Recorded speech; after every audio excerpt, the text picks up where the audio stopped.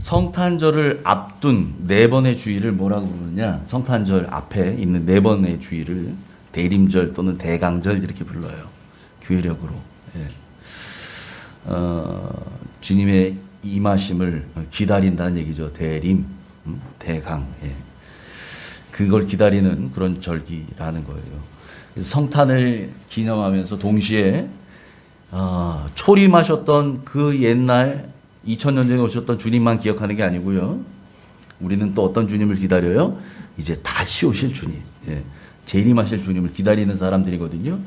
왜냐하면 우리 주님 내가 다시 오리라 하셨으니까 그 다시 오실 주님을 기다리고 기억하고 그런 의미로 이 계절을 보내는 겁니다.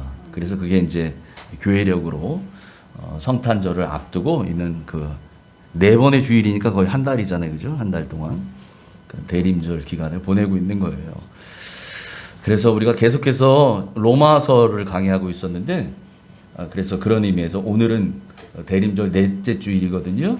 이번 주에 성탄절이 있잖아요. 돌아오는 토요일 날. 그래서 오늘은 로마서 말씀을 잠깐 접어두고 누가복음 말씀을 통해서 함께 은혜를 나누고자 합니다. 예.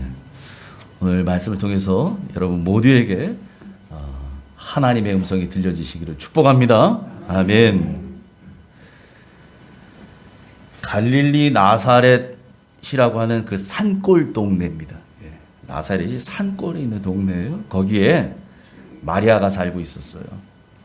마리아. 예. 지극히 평범한 소녀 마리아. 특별한 게 하나도 없는 여자. 그 마리아에게 가브리엘 천사가 나타나요. 찾아갑니다. 여러분 이 당시에 이 마리아가 어떤 상태였냐면 정혼한 상태였어요. 누구랑? 요셉. 다윗의 자손인 요셉. 유다 지파 혈통을 타고 난 다윗 자손. 그 다윗 집안의 혈통을 타고 태어난 요셉이라는 총각하고 정혼했다는 거예요. 여러분 정혼이 뭐냐면 법적으로는 부부예요. 법적으로는. 그런데 법적으로는 부부지만 사실은 아직 첫날 밤을 치르진 않은 상태예요. 이걸 정혼이라 그래요. 이게 이스라엘 사람들의 이 결혼 풍습인데 그렇게 해서 정혼을 하게 되면 정혼한 날로부터 대략 한 1년 정도 후에 이제 본격적인 결혼식을 올립니다. 그 1년 동안 이 신랑 되는 사람은 이제 신부 데리고 와서 살 집을 지어요. 이제 신혼집을 준비하는 거죠. 신부는 뭘 할까요? 신부는 그 1년 동안 신부 수업 받는 거예요. 신부 수업. 그동안 이제 친정 엄마한테 해주는 밥 얻어먹고 해주는 빨래 입고 했는데 이제는 시집가면 내가 해야 되잖아요. 그죠? 그러니까 음식은 어떻게 만들어야 되는지 특별히 이번에 결혼하게 될 그 요셉이라는 청년 그 집안의 이 가풍이 어떤지에 따라서 그 집이 좀 싱겁게 먹더라. 그러면 이제 음식을 하더라도 싱겁게 하는 것들을 좀 준비하고 이렇게 신부 수업 하는 거죠. 바느질도 하고 그런 시간들을 보내는 게 정혼에서 보내는 정혼한 후에 본격적인 결혼하기 전까지 신랑 신부가 보내는 그런 시간들인데 지금 이 마리아가 요셉과 그 정혼한 사이였다는 거죠. 그러니까 아직 진짜로 뭐 첫날 밤 치르고 결혼한 상황이 아니에요. 법적으로는 아내가 됐지만 그런 얘기죠. 그런 마리아에게 가브리엘 천사가 나타나서 인사를 해요. 뭐라고 인사하느냐? 이렇게 인사합니다. 28절 같이 읽습니다. 시작. 그에게 들어가 이르되 은혜를 받은 자여 평안할지어다. 주께서 너와 함께 하시도다 하니. 아멘. 은혜를 받은 자여 평안할지어다.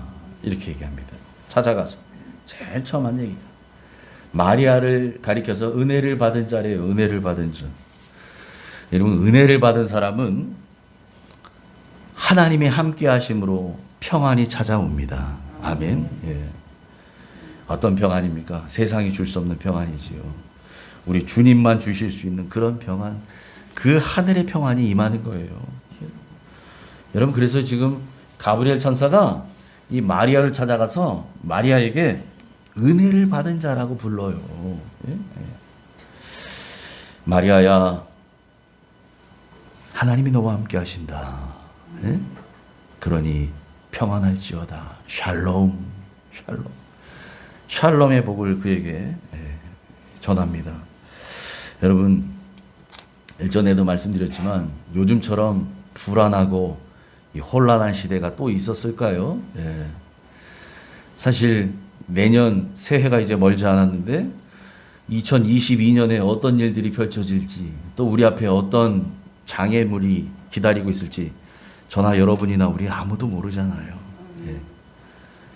늘 그랬지만 한 번도 가지 않은 그런 미래라고 하는 시간들을 걸어가는 것이 인생이긴 하지만, 더더욱 요즘 같은 시대에는 정말 불안과 혼란에 정말 소용돌이 속에 산다고 해도 과언이 아니잖아요. 그런 시대에 하나님으로부터 은혜 받은 자가 돼서 하나님이 주시는 저 평안, 그런 평안을 누리시기를 주님의 이름으로 축원합니다. 아멘. 여러분, 그래서 갑자기 느닷없이 생각해 보세요. 천사가 나타나요. 예? 여러분, 천사가 나타나면 막 할렐루야 할 것 같아요? 두렵죠. 무서워요. 갑자기 나타납니다. 저도 저 사무실에 있는데 갑자기 누가 눈을 확 열고 들어오면 깜짝 놀래요. 예. 갑자기 들어오면. 이런 거예요. 마리아도 갑자기 그러면 무서워요. 두렵습니다. 예. 마리아가 막 죄를 져서가 아니고요. 천사를 보면 일단 두려움이 잡히게 되는 거죠. 그래서 그 두려워하는 마리아에게 뭐라고 얘기하나 보세요. 30절 31절 같이 읽습니다. 시작. 천사가 이르되 마리아여 무서워하지 말라. 네가 하나님께 은혜를 입었느니라. 보라, 네가 잉태하여 아들을 낳으리니 그 이름을 예수라 하라. 가브리엘이 지금 하는 얘기예요. 가브리엘 천사가, 좋은 소식을 전하는 천사 가브리엘이 와서 얘기하는 거예요. 마리아여 무서워하지 말아라. 지금 마리아가 무서워한다는 얘기죠. 그죠? 무서워하니까 무서워하지 말라라고 얘기하는 거예요.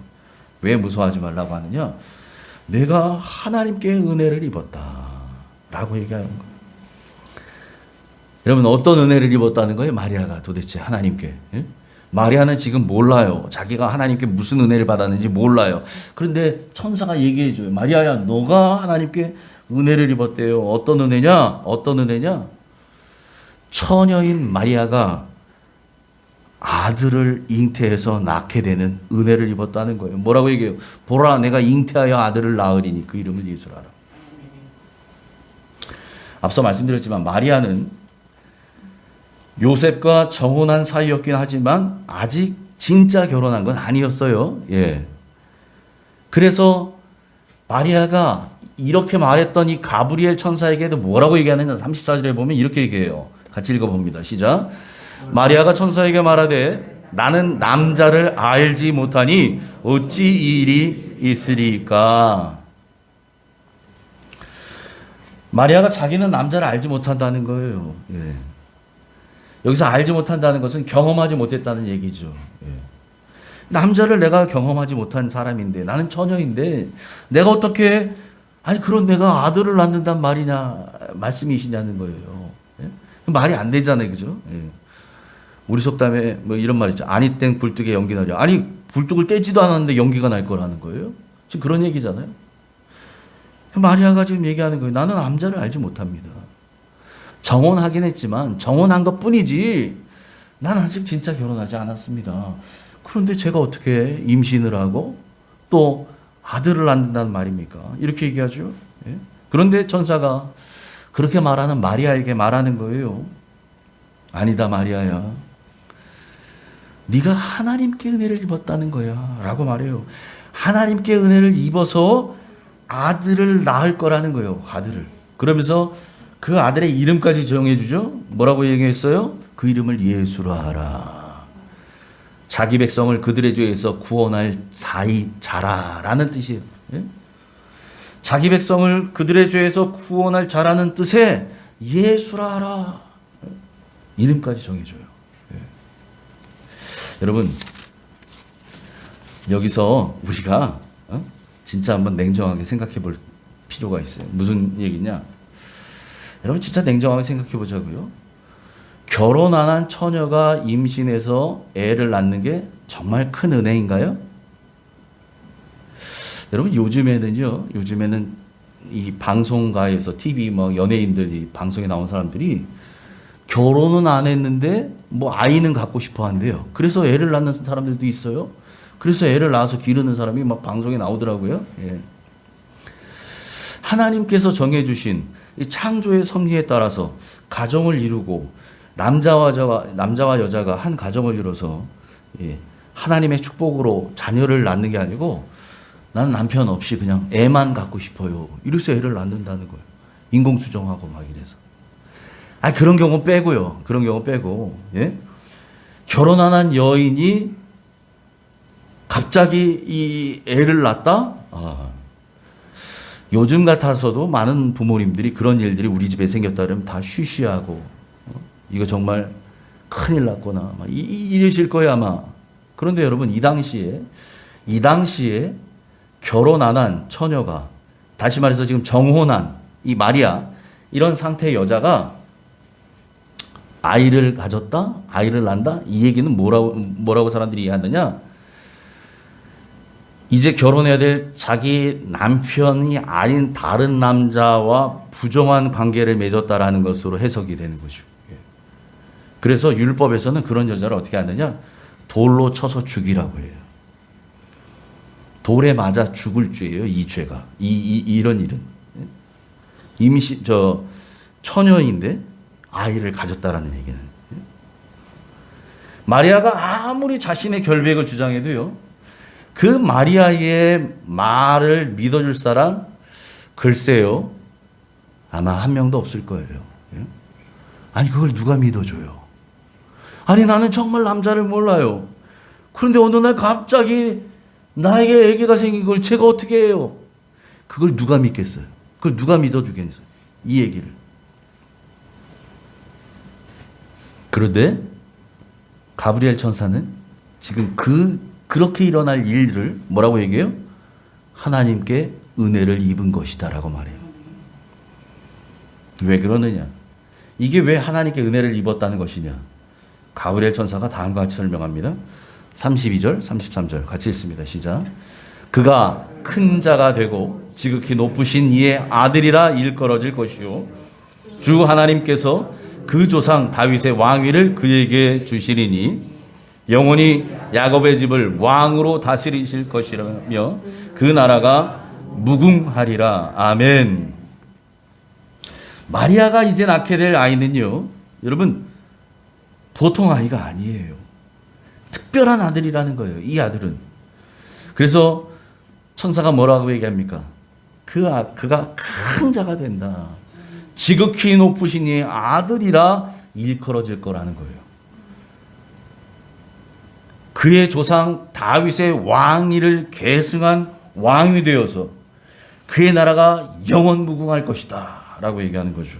다시 말하면 이스라엘 백성들이 그렇게 오랫동안 기다려왔던, 정말 고대해왔던 할아버지, 아버지, 아들, 손자 전부 고대해왔던 그 메시아, 그 메시아가 드디어 낳게 될 것이다라는 뜻이에요. 그 얘기를 지금 전하는 거예요. 이 얘기를요, 이 가브리엘이 이 놀라운 사실을 반복해서 설명합니다. 마리아에게 정말 제대로, 마리아가 나 잘 못 들었는데요 하지 못하도록 반복해서 설명해요. 35절 하반절 같이 읽습니다. 시작.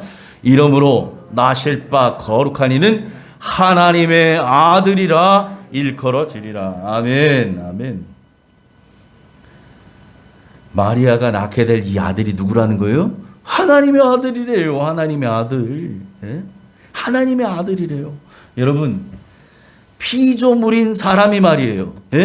하나님께 창조주가 빚어서 만들어주신 우리 피조물. 저나 여러분, 우리 다 피조물이에요. 하나님이 우리를 만드신 존재라는 얘기예요. 피조물인 사람이 하나님의 아들을 낳는다?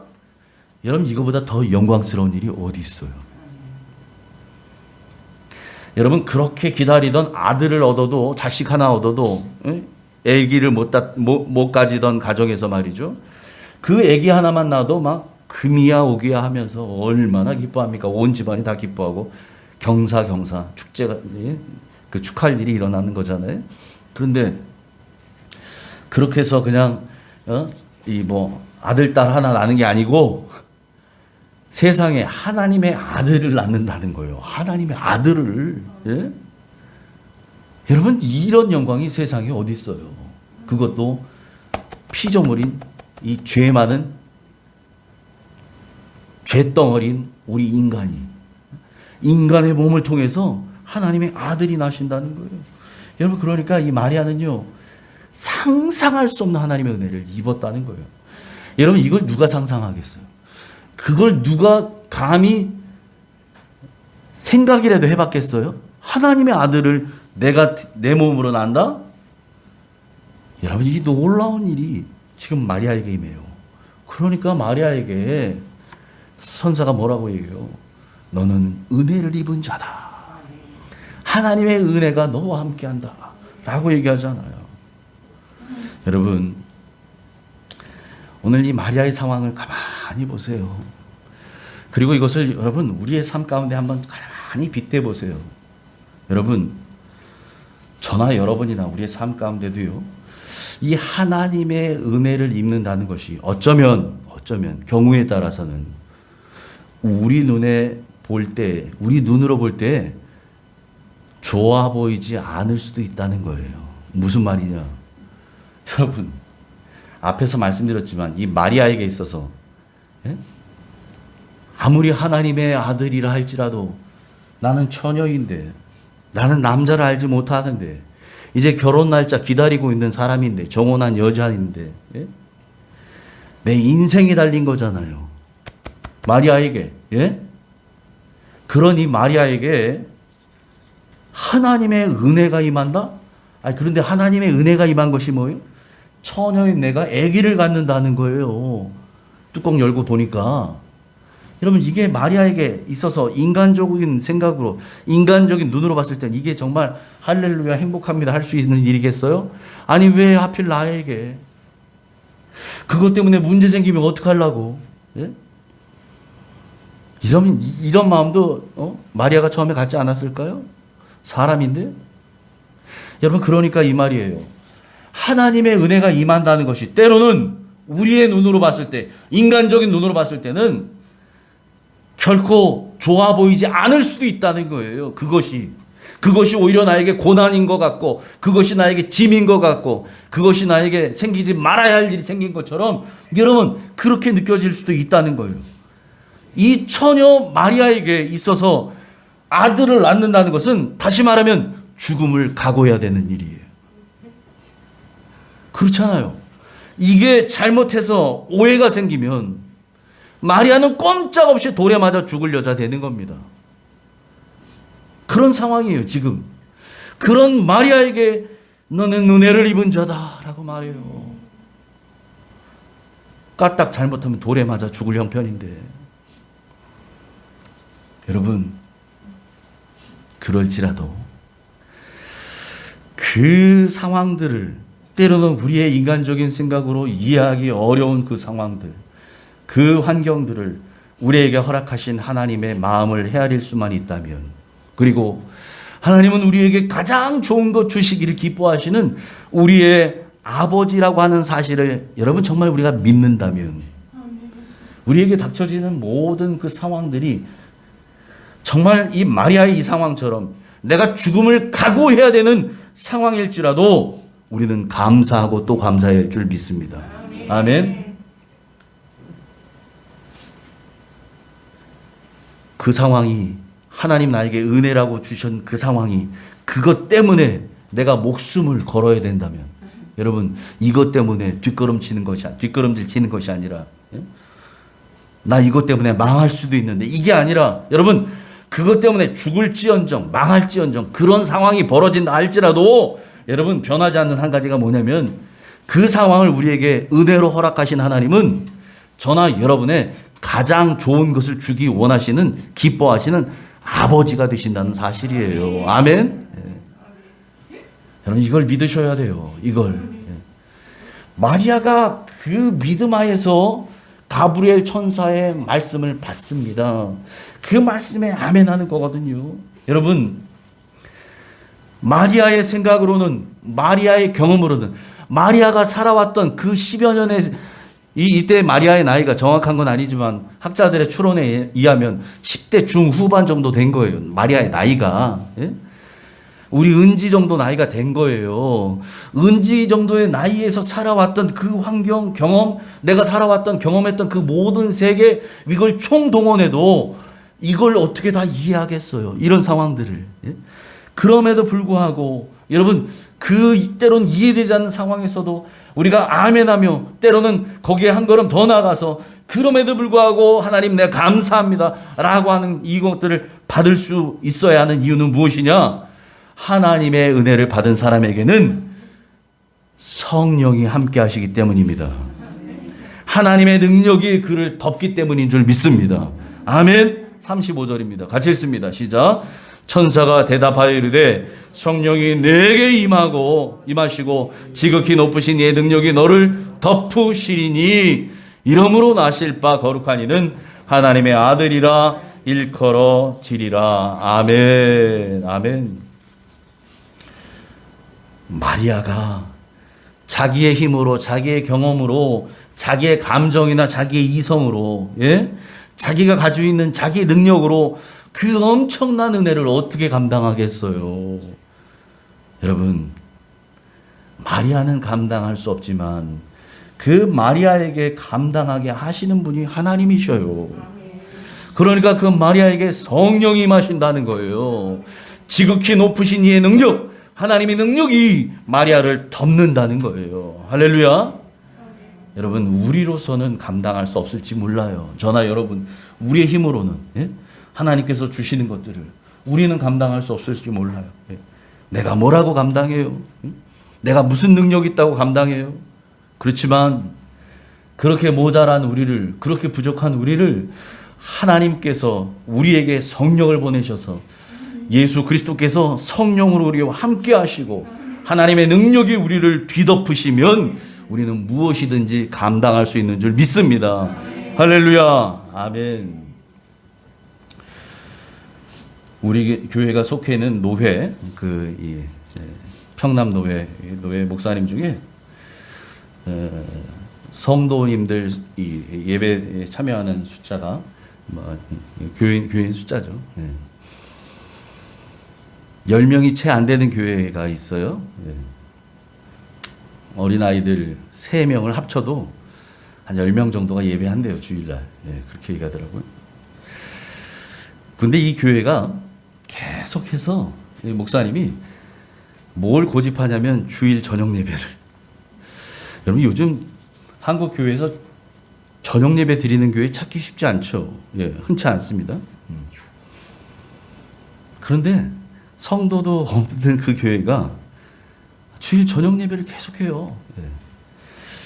일전에도 우리 목사님들 행사가 있어서 우리 한번 모였는데 식사도 안 하고 불이 나게 가더라고요. 왜 가시냐 그랬더니 주일 저녁 예배 때문에 가야 된대요. 그러고 가더라고요. 그래서 제가 한번 물어봤어요. 아니, 왜 주일 저녁 예배를 이렇게 고수하느냐? 이유가 뭡니까? 그때 이런 얘기 하더라고요. 교회 개척하고 1년만 동안 성도가 아무도 안 왔대요, 교회에. 그러니까 목사님하고 사모님하고 아이들 셋하고 이렇게만 가정 예배를 교회에서 드린 거죠. 1년 반 동안 그냥 교회에서. 그런데 주일 예배만이 아니고 저녁 예배도 또 계속 했어요, 그 교회가. 그러니까 여러분, 목사도 사람인지라 거기서 이제 여러 가지 갈등이 생기잖아. 야, 이 상태로 교회 이 예배를 계속 해야 되는가? 더군다나 주일 저녁 예배까지.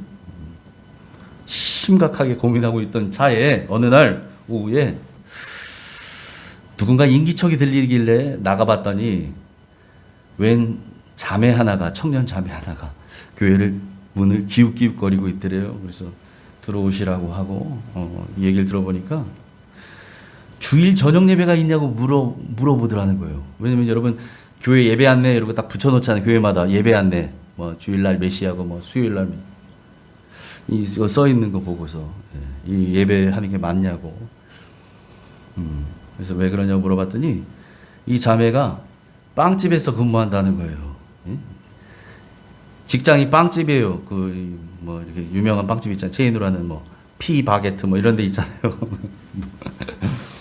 거기에서 근무하는데 빵집에서 일하니까 자기가 도저히 주일 예배를 참석을 할 수가 없어서 주일날 오후 5시에 퇴근하고 나서 그 밤 예배라도 있으면 자기가 예배 드리고 싶어서 교회를 찾고 있었다는 거예요. 그 지역에 다 찾아도 대형 교회, 큰 교회도 다 없으니까 그 시간에 하는 교회가 없으니까 예배를.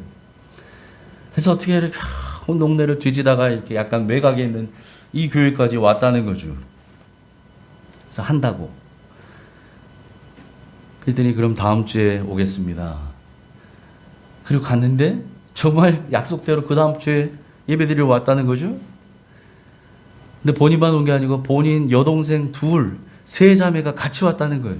그 주일 저녁 예배를 드리러. 이 목사님 얼마나 기뻤겠어요. 예? 1년 반, 2년 동안 성도 한 명도 없었는데 그것도 저녁 예배에 젊은 청년 셋이 와서 앉아있는 거예요. 얼마나 기뻤겠어요. 그 자매가 씨앗이 돼서 그 교회에 청년 예배가 세워졌어요. 지금은 주일 예배 얘기 들어보니까 주일 우리 11시 예배에 절반 이상이 다 청년들이래요. 네. 여러분, 하나님의 말씀이 임하는 것이 은혜인 줄 믿습니다. 하나님의 말씀이 임해야 돼요. 이 마리아에게 가브리엘 천사를 통해서 하나님의 말씀이 임하니까 하나님의 아들을 낳는 영광을 입게 된 것처럼 여러분, 우리 삶에도 말씀이 임할 때 우리 삶 가운데 은혜와 영광이 임하게 되는 줄 믿습니다. 그래서 여러분, 우리가 말씀을 사모해야 되는 거예요. 말씀을 사모하고 예배를 사모하시기 바랍니다. 예? 목사니까 제가 여러분들 무조건 예배 많이 나오세요 이런 얘기가 아니고요. 진짜 사모하시란 얘기예요. 사모. 간절히 바라라는 얘기죠. 마지못해서가 아니고요. 정말 사모하는 사람은 달라요. 여러분 똑같이 예배 자리에 나와 앉았어도요. 오늘 나에게 주실 말씀을 기대하고 나오는 사람이 있어요. 어떤 사람은 마지못해서 그냥 오는 사람도 있고요. 우리 성도들은 그런 사람 안 계시지만 여러분, 오늘 나에게 주실 하나님의 말씀, 그 말씀이 내 삶 가운데 레마가 돼서 이 로고스인 말씀이 레마로 내 마음 가운데 꽂히게 되면 그 말씀이 나의 삶을 바꿉니다. 아멘. 그것이 내 안에 완전히 들어올 때 이것을 은혜 받았다고 얘기하는 거예요. 그 말씀이 사모하기를, 그 말씀이 나에게 임하기를 사모하며 예배 자리에 참여하시는, 예배 자리를 사모하는 여러분 되시기를 축복합니다. 아멘. 왜 그래야 되느냐? 우리가 왜 말씀을 사모해야 되느냐? 하나님의 모든 말씀은 능하지 못하심이 없기 때문입니다. 아멘. 37절 같이 읽습니다. 시작. 대저 하나님의 모든 말씀은 능하지 못하심이 없느니라. 아멘.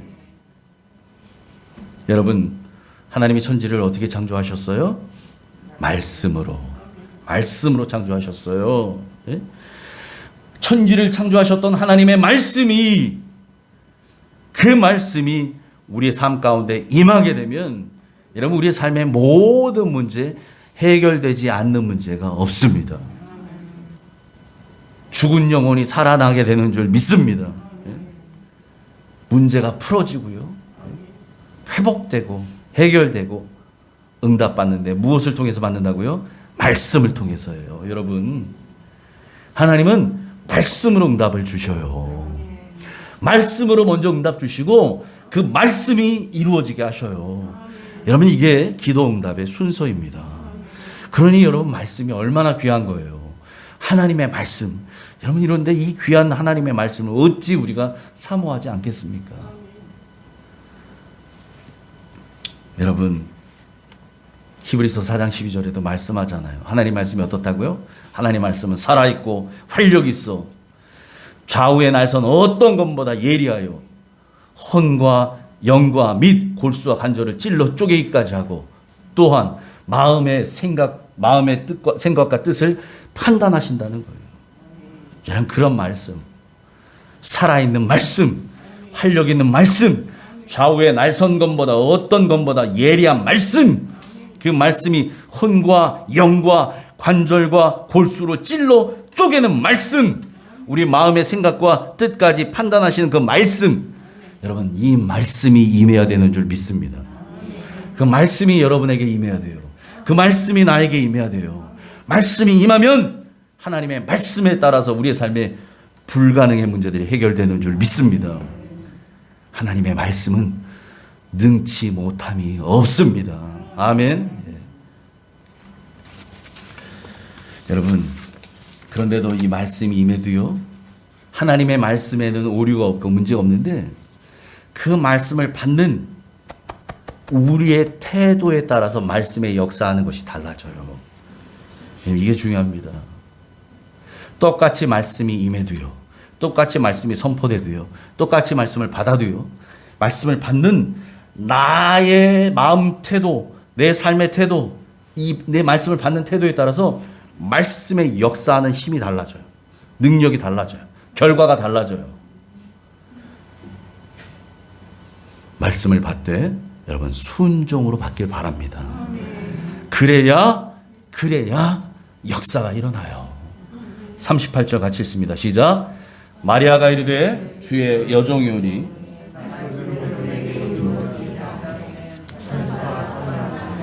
아멘. 마리아가 대답합니다. 그 가브리엘 천사의 모든 얘기를 다 듣고 이렇게 얘기하죠. 나는 주의 여종이오니 말씀대로, 하나님의 말씀대로 그 모든 것이 나에게 이루어지기를 소망합니다. 이렇게 말했더니 천사가 떠나갔다는 거예요. 여러분, 마리아는요, 하나님의 말씀 앞에 철저하게 순종했던 여인이에요. 그것 때문에, 그 순종 때문에, 그 말씀 때문에 자기가 돌에 맞아 죽는 상황이 벌어질지언정 마리아는 그 모든 하나님의 말씀이 그대로 자기 삶 가운데 이루어지기를 소망했어요. 주의 여종이오니 말씀대로 내게 이루어지이다. 나는 남자를 알지 못하는 처녀이지만 지금 가브리엘 천사를 통해서 말씀 주셨던 하나님의 말씀 그대로 하나님의 아들이신 그분이 나 같은 죄인의 몸을 통해서라도 오신다니 이 어찌 큰 영광이 아니겠습니까? 나는 정말 은혜 입은 자입니다. 내가 죽더라도 그 말씀이 나 같은 것을 통해서 그대로 이루어지기를 소망합니다. 여러분, 이렇게 고백하는 거예요. 마리아가 자기는 온전히 이제 하나님의 말씀이 이루어지는 통로로 쓰임받기를 원합니다. 이런 순종이 있을 때 하나님의 말씀이 역사하게 되는 줄 믿으시기 바랍니다.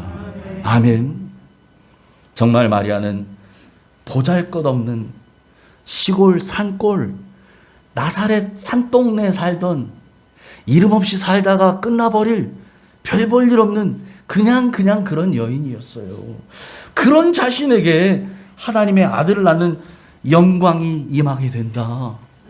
여러분, 이 큰 은혜를 자기에게 받게 되었다는 사실만으로도 마리아는요, 죽음도 각오하는 거예요.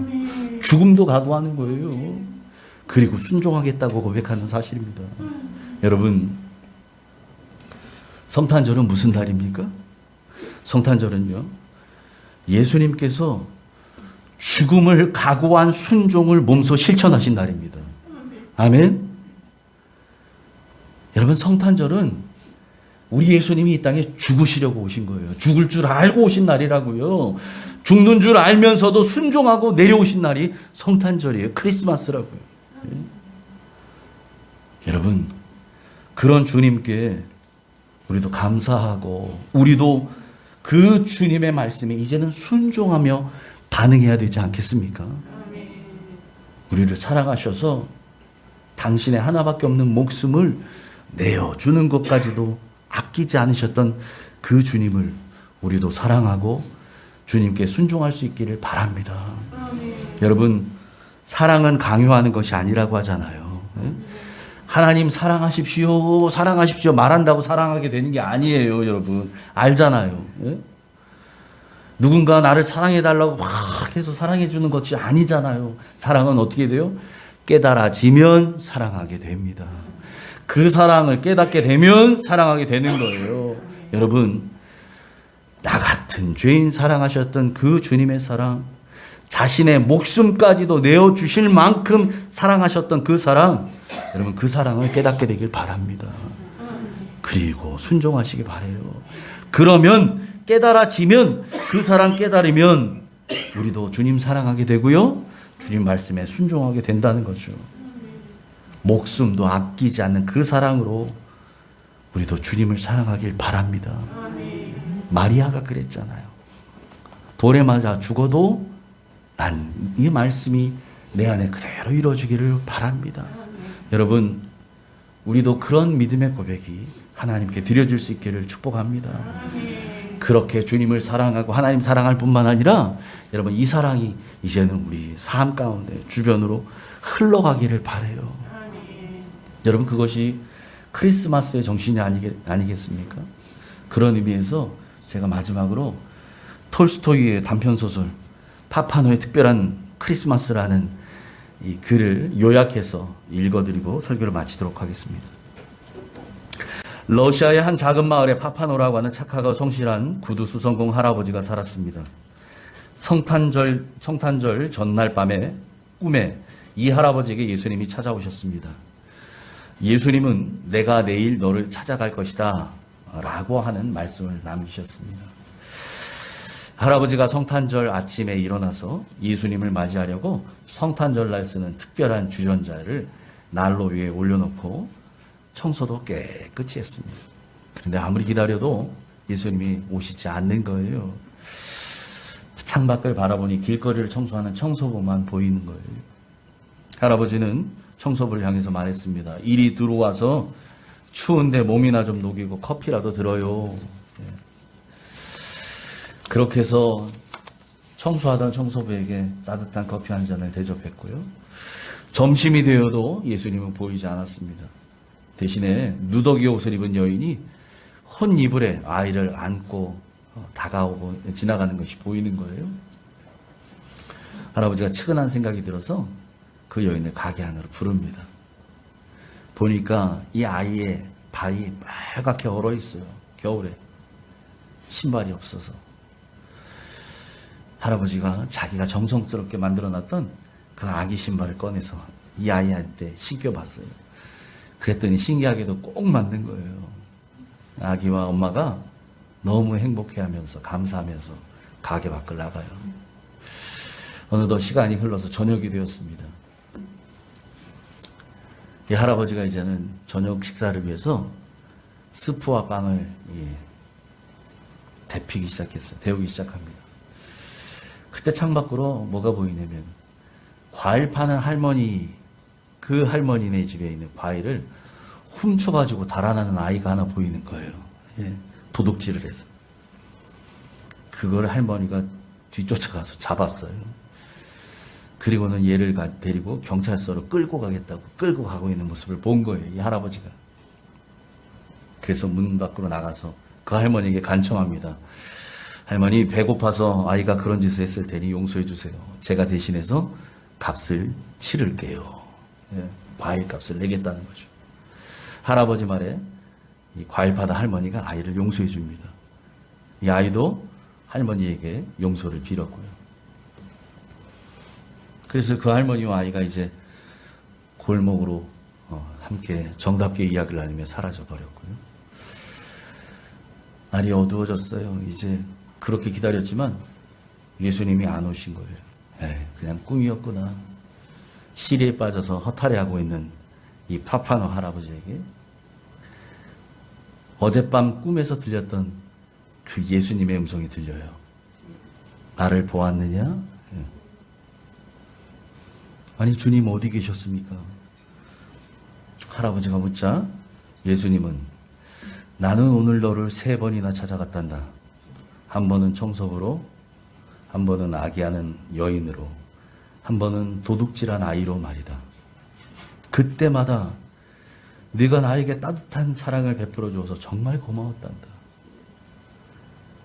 너는 내가 배고플 때 먹을 것을 주었고, 헐벗었을 때 옷과 신발을 주었고, 추울 때 따뜻하게 해주었단다.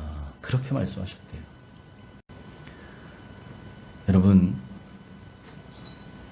성경은 우리에게도 이렇게 하라고 합니다. 우리에게도. 그래서 히브리서 13장 2절에 이런 권면을 우리에게 합니다. 같이 한번 읽죠. 시작. 손님 대접하기를 잊지 말라. 이로써 부지 중에 천사들을 대접한 이들이 있었느니라. 아멘. 누구인지 모르지만 내가 대접했던 그 사람 중에 천사가 있었다는 거죠. 그렇게 대접했던 그런 사람들이 있었다는 거잖아요. 여러분, 올 크리스마스에 우리 주님이 우리에게 어떤 모습으로 나타나실지, 찾아오실지 모릅니다. 저와 여러분에게. 그런데 한 가지 분명한 것은 주님은 우리와 늘 함께 계셔요. 뿐만 아니라 우리가 주님을 잘 섬길 수 있도록 우리 주변에 도움이 필요한 사람들을 남겨두셨다는 사실이에요. 우리 주변에. 은혜 받은 자답게 주님께 받은 사랑과 그 은혜를 주님과 이웃을 사랑하는 일에 온전히 잘 사용하고 흘려보내는 저와 여러분 되시기를 주님의 이름으로 축원합니다. 아멘. 기도합니다.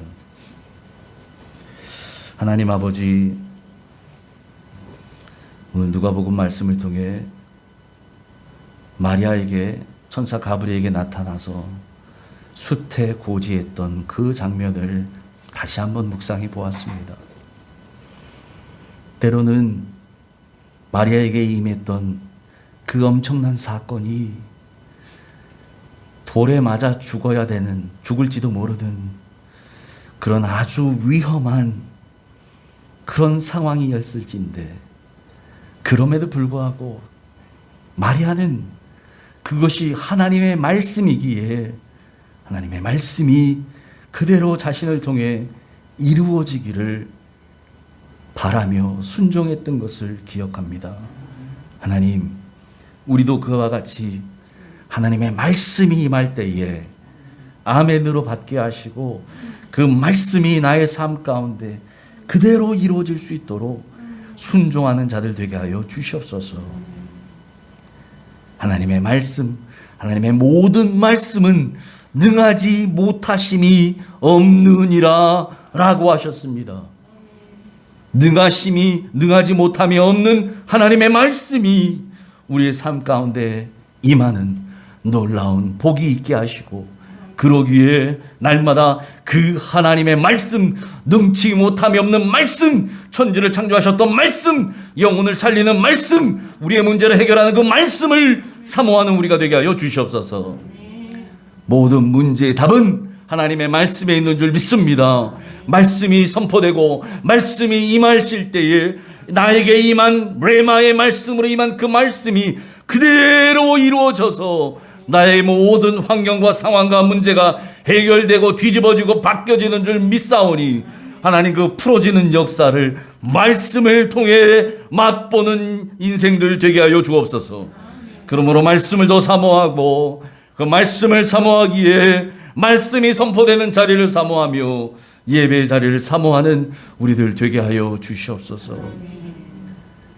우리에게 베풀어 주신 그 사랑, 나만 받고 누리는 것이 아니라 나에게 붙여주신 그 사랑이 필요한 그런 많은 영혼들에게 잘 흘려보내고 나누는 성탄의 의미를 새기는 우리들로 살게 하여 주시옵소서. 예수님 이름으로 감사하며 기도합나이다. 아멘.